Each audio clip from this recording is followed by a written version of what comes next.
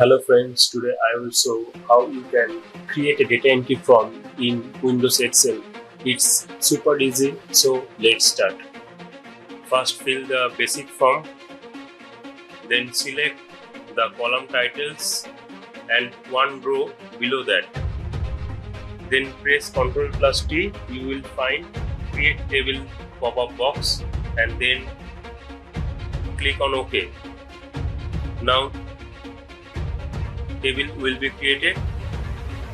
Now you can customize with different colors.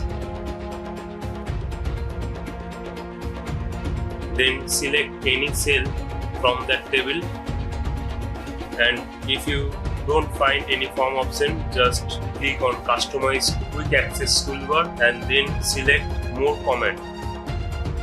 Now select commands not in the ribbon. Now go down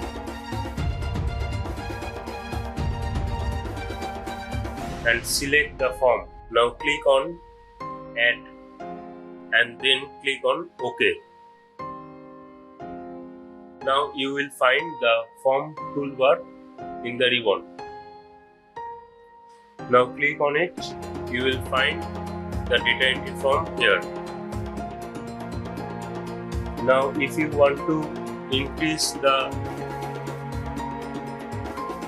length or width of the form, you can increase the column width for that. Now fill the data.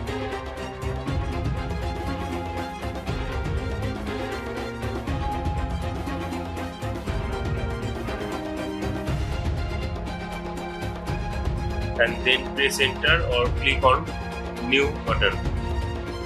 Now fill all the data that you have. Now if you want to find any information, just click on the criteria. Now I am searching by name. Let's search Leela.